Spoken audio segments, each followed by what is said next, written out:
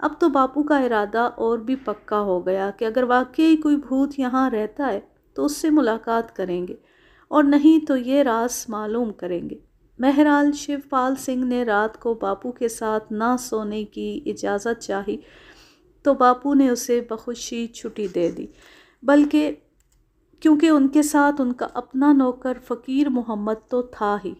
شہر کے درمیان ایسی پرامن اور پرسکون جگہ اور کہیں نہیں مل سکتی تھی۔ رات کو بہت دیر تک لوگ باغ باپو کے ساتھ گپ شپ کرتے رہے۔ جب سب لوگ چلے گئے انہوں نے بتی گل کی اور سو گئے۔ فقیر محمد تو پہلے ہی سو چکا تھا۔ جلد ہی انہیں بھی نیند آ گئی۔ خوب گہری میٹھی نیند سے وہ تب چونکے جب اوپر چھت پر عجیب و غریب آوازیں آنے لگیں۔ وہ اٹھے اور غور سے سنا، ڈھما ڈھم ڈھما ڈھم ڈھما ڈھم۔ لگاتار کچھ دیر بجنے کے بعد پھر خاموش ہو جاتا اور لمحے بھر میں پھر ڈھما ڈھم ڈھما ڈھم، اور پھر خاموشی ہو جاتی۔ اس طرح تقریباً آدھے گھنٹے تک شور ہوتا رہا اور پھر سناٹا چھا گیا۔ یہ شور کس کا ہو سکتا ہے؟ سمجھ میں نہ آ سکا۔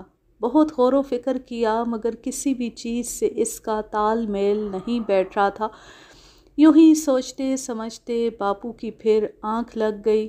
صبح ہوئی، وہ اٹھے اور کمرے سے باہر آ کر دیکھا کہ کوئی نشان یا سوراخ رات کے دھماکوں سے متعلق پا سکے، مگر وہاں ایسا کچھ بھی نہیں تھا۔ ہاں، آم کی وہ شاخ جو چھت پر لٹکی ہوئی تھی، جھکی ہوئی تھی، وہ بھیانک سی ضرور لگ رہی تھی۔ فقیر محمد کو رات کی کچھ خبر نہ تھی۔ وہ اتنی گہری نیند سوتا رہا تھا کہ اسے کچھ خبر ہی نہ ہوئی۔ باپو نے بھی اسے نہیں بتایا اور نہ ہی کسی اور کو بتایا کہ رات کو کیا ہوا۔ دن میں محنت سے ملاقات بہت خوشگوار رہی۔ ہتھیاروں اور تجارت سے متعلق دنیا بھر کی باتیں اور بحث و مباحثے ہوتے رہے۔ دوپہر کا کھانا ادھر ہی تھا اور شام کو ایک دوست کے یہاں دعوت تھی۔ دن بھر کی دوڑ دھوپ کے بعد رات کے 10-11 بجے اپنی رہائش گاہ پر پہنچے۔ بستر پر دراز ہونے سے پہلے باپو نے اپنی ٹارچ اٹھائی، چاروں طرف دیکھا بھالا، کچھ نظر نہ آیا تو وہ جا کر سو گئے۔ رات کو ٹھیک 2:30 بجے پھر وہی شور بلند ہوا، وہی آواز، ڈھما ڈھم ڈھما ڈھم ڈھما ڈھم، اور سناٹا۔ وہی آدھے گھنٹے تک لگاتار شور ہوتے رہنا اور پھر سناٹا چھا جانا۔ 3 دن تک یہ عجیب و غریب راگ سننے کے بعد چوتھے دن باپو نے فقیر محمد کو اٹھایا اور ساری بات سمجھائی اور ہدایت دی کہ آج رات باہر نکل کر دیکھیں گے اور جو کچھ بھی ہوگا اس سے نمٹا جائے گا۔ پروگرام اس طرح بنا کہ ڈھما ڈھم کی آواز آتے ہی اٹھ کھڑے ہوں گے، بندوق بھری ہوئی تیار ہوگی جسے لے کر باپو کمرے کے دروازے پر تیار کھڑے ہوں گے۔ اب پریشانی یہ تھی کہ کمرے سے باہر نکل کر چھت نہیں دیکھی جا سکتی تھی کیونکہ باہر سائبان تھا جس کو پار کرنے کے بعد ہی چھت کو دیکھا جا سکتا تھا۔ ادھر ڈھما ڈھم کی آواز شروع اور ختم ہونے میں اتنا کم وقفہ ہوتا ہے کہ صحیح بات کا اندازہ لگانا مشکل تھا۔ پھر آج تو اس چور کو پکڑنا ہی تھا۔ سب کچھ طے کرنے کے بعد دونوں اپنی اپنی جگہ پر جا سوئے۔ ڈھما ڈھم کی آواز میں اتنی یکسانیت نہیں جتنی اس کے شروع ہونے کے وقت میں، کہ جیسی رات کے 2:30 بجے آواز آنی شروع ہو گئی، جیسا کہ آنے والا گھڑی دیکھ کر آتا ہو، اور کیوں آتا ہے اس جگہ اور اس وقت سے اس کا اور اس کی اس عجیب و غریب حرکت سے کیا سروکار ہے، ان سوالات کے جوابات تو وہی دے سکتا ہے اگر مل جائے تو۔ دھماکے کے بغیر ہی باپو کی آنکھ کھل گئی۔ ٹارچ جلا کر گھڑی دیکھی، 2:30 بجنے کو ہی تھے۔ ابھی پوری طرح بیدار بھی نہیں ہوئے تھے کہ چھت پر قلاباز آ پہنچے اور بجانے لگے ڈھما ڈھم ڈھما ڈھم ڈھما ڈھم۔ لیکن اس شور سے پہلے کوئی اور آہٹ یا سرسراہٹ نہیں سنائی دی جس سے کسی کے آنے کا سراغ ملتا۔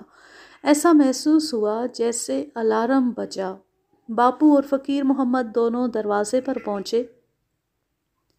جیسے ہی فقیر محمد دروازہ کھولنے کے لیے ہاتھ بڑھاتا، شور رک جاتا اور باپو چاہتے تھے کہ آواز کے ہوتے ہی وہ باہر نکلیں اور دیکھیں کہ یہ کیسے ہو رہی ہے۔ ایسا موقع تو نہیں مل سکا، مگر کچھ ہی دیر بعد باہر سے تڑاک کی آواز ہوئی۔ تبھی باپو دروازہ کھول کر باہر نکل پڑے۔ صاحبان کی بائیں طرف چھت سے ملی ہوئی دیوار پر رکھے پانی کے مٹکے پر نظر پڑی، جس پر مہمان قلاباز اپنے بھاری بھرکم وجود کے ساتھ بیٹھے تھے۔ بندوق کی نال کا رخ اس طرف ہو چکا تھا۔ وہ لبلبی دبانے ہی والے تھے کہ ان کے دماغ میں کوندا سا لپکا، غضب ہو جائے گا اگر گولی چل گئی۔ اسی لمحے پانی کا مٹکا پھوٹ گیا اور مہمان قلاباز اپنی لمبی بل کھاتی دموں کو سمیٹ کر چھلانگیں مار کر بھاگ گئے۔ یہ تھے لنگور مہاشے۔ سندر ولاس باغ کا شیطان یہی تھا۔ ہاں، عمر رسیدہ ہونے کی وجہ سے کافی پہلوان نظر آیا۔ اتنا بھاری بھرکم لنگور شاید کبھی باپو کی نظر سے نہیں گزرا تھا۔ اف! باپو نے ٹھنڈی سانس بھری اور شکر ادا کیا کہ ان کے ہاتھ سے گولی نہیں چلی۔ فقیر محمد ہکا بکا کھڑا دیکھتا رہا۔ دوسرے دن باپو اس باغیچے میں ہر طرف گھومے، دیکھا اور غور کیا تو پتہ چلا کہ آم اور املی کے پیڑوں کا وہ باغیچہ بندروں کی اچھی خاصی رہائش گاہ تھی۔ اس حادثے کے بعد باپو تقریباً 1 ہفتہ اسی جگہ رہے، مگر اتنے دنوں میں اس طرف نہ ہی کبھی دھیان گیا اور نہ ہی پھر کبھی وہ آواز سننے میں آئی۔ یہی تھا سندر ولاس باغ کا بھوت، جس کی دہشت سے اس شاندار باغیچے اور محل کی مخالفت ہو رہی تھی۔ اس کہانی کا ماخذ ہے شکاری، شکار اور جنگل سے پیار۔ رضیہ تحسین، دہلی، سن 2000۔ اب میں لیتی ہوں آپ سے اجازت۔ جانے خوش رہیں، شاد و آباد رہیں، ہنستے مسکراتے رہیں۔ اللہ حافظ، اللہ نگہبان۔